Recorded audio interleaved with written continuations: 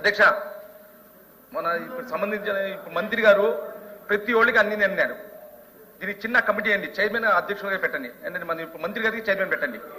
ఒక్క రోజుకి 1,00,000 అప్లికేషన్ రాకపోతే మీరు చెప్పింది నేను చెప్తాను. ఒక్క రోజు అనౌన్స్మెంట్, మీకు అందరోళ్ళు మీరు రండి, నేను ఇక్కడ కూర్చుంటాను కలెక్టర్ ఆఫీస్ లో, మీకు అందరూ అంటే ఒక్క రోజుకి 1,00,000 అప్లికేషన్ వస్తాయి. మొత్తం పచ్చి అబద్ధాలు అధ్యక్ష.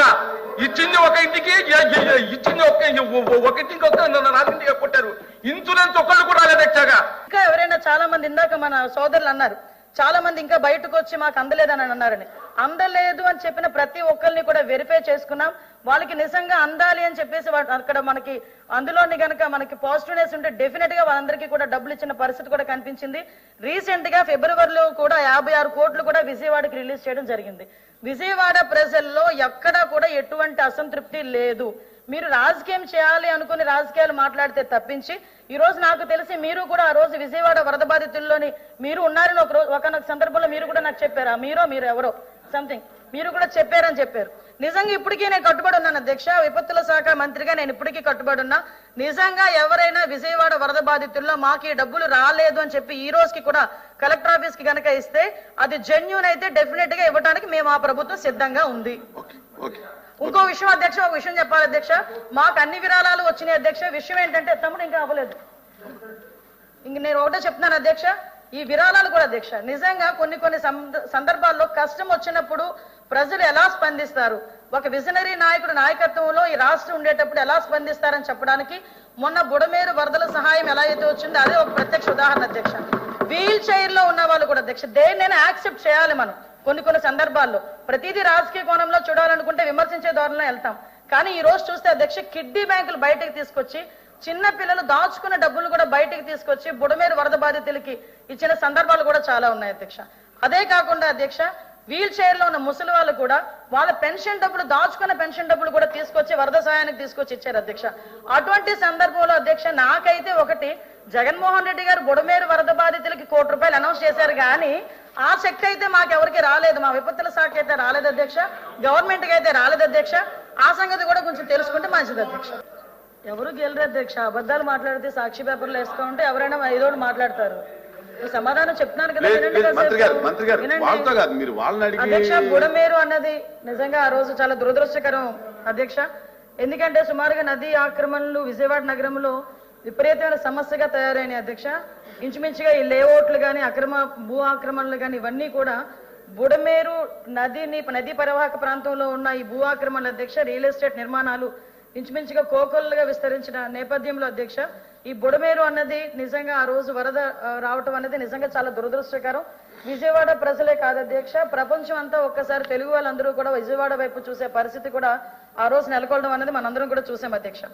ఈ అధ్యక్ష ఇది సుమారుగా 2005లో వచ్చిన భారీ వరదలు విజయవాడ ముంచెత్తిన తర్వాత అధ్యక్ష సుమారుగా ఆ సమయంలో బుడమేరు డైవర్షన్ ఛానల్ సామర్థ్యాన్ని 35,000 క్యూసెక్లు పెంచేందుకు 464 కోట్లతో పనులు ప్రారంభించారు అధ్యక్ష. 80% మాత్రమే పనులు పూర్తయ్యాయి, మిగతా 20% పనులు కూడా పూర్తవలేదు అధ్యక్ష.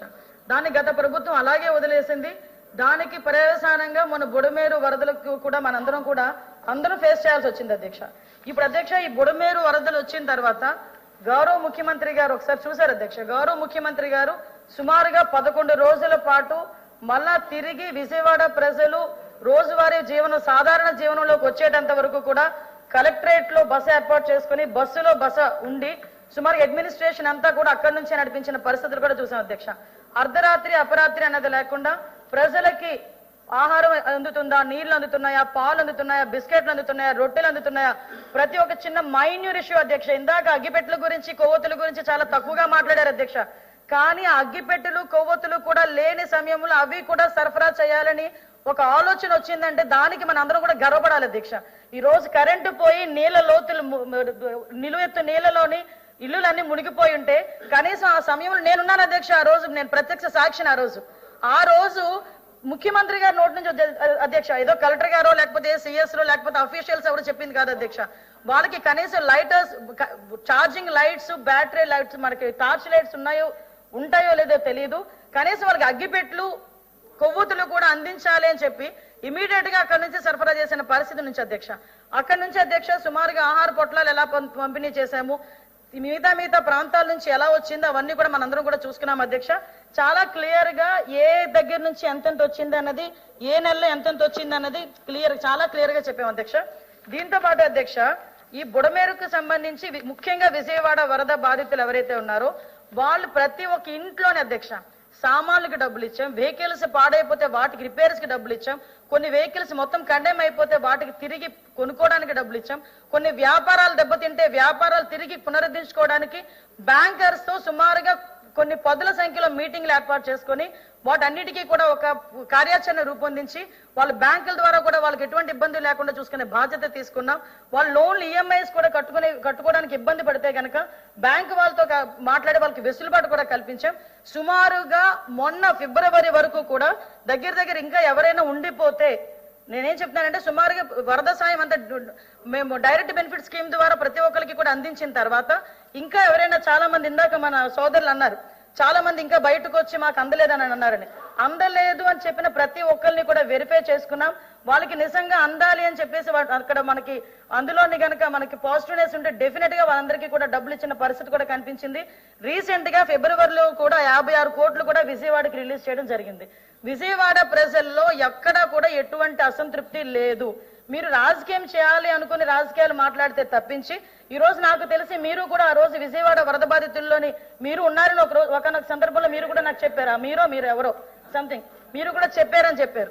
నిజంగా ఇప్పటికీ నేను కట్టుబడి ఉన్నాను అధ్యక్ష, విపత్తుల శాఖ మంత్రిగా నేను ఇప్పటికీ కట్టుబడి ఉన్నా. నిజంగా ఎవరైనా విజయవాడ వరద బాధితుల్లో మాకు ఈ డబ్బులు రాలేదు అని చెప్పి ఈ రోజుకి కూడా కలెక్టర్ ఆఫీస్ కి గనక ఇస్తే అది జెన్యూన్ అయితే డెఫినెట్ గా ఇవ్వడానికి మేము ఆ ప్రభుత్వం సిద్ధంగా ఉంది. ఇంకో విషయం అధ్యక్ష, ఒక విషయం చెప్పాలి అధ్యక్ష, మాకు అన్ని విరాళాలు వచ్చినాయి అధ్యక్ష. విషయం ఏంటంటే తమ్ముడు ఇంకా అవ్వలేదు, ఇంక నేను ఒకటే చెప్తున్నాను అధ్యక్ష, ఈ విరాళాలు కూడా అధ్యక్ష నిజంగా కొన్ని సందర్భాల్లో కష్టం వచ్చినప్పుడు ప్రజలు ఎలా స్పందిస్తారు, ఒక విజనరీ నాయకుడు నాయకత్వంలో ఈ రాష్ట్రం ఉండేటప్పుడు ఎలా స్పందిస్తారని చెప్పడానికి మొన్న బుడమేరు వరదల సహాయం ఎలా అయితే వచ్చిందో అదే ఒక ప్రత్యక్ష ఉదాహరణ అధ్యక్ష. వీల్ చైర్ లో ఉన్న వాళ్ళు కూడా అధ్యక్ష దేన్నైనా యాక్సెప్ట్ చేయాలి మనం. కొన్ని సందర్భాల్లో ప్రతిదీ రాజకీయ కోణంలో చూడాలనుకుంటే విమర్శించే ధోరణిలో వెళ్తాం. కానీ ఈ రోజు చూస్తే అధ్యక్ష కిడ్నీ బ్యాంకులు బయటకు తీసుకొచ్చి చిన్న పిల్లలు దాచుకున్న డబ్బులు కూడా బయటకు తీసుకొచ్చి బుడమేరు వరద బాధితులకి ఇచ్చిన సందర్భాలు కూడా చాలా ఉన్నాయి అధ్యక్ష. అదే కాకుండా అధ్యక్ష వీల్ చైర్ లో ఉన్న ముసలి వాళ్ళు కూడా వాళ్ళ పెన్షన్ డబ్బులు దాచుకున్న పెన్షన్ డబ్బులు కూడా తీసుకొచ్చి వరద సహాయానికి తీసుకొచ్చి ఇచ్చారు అధ్యక్ష.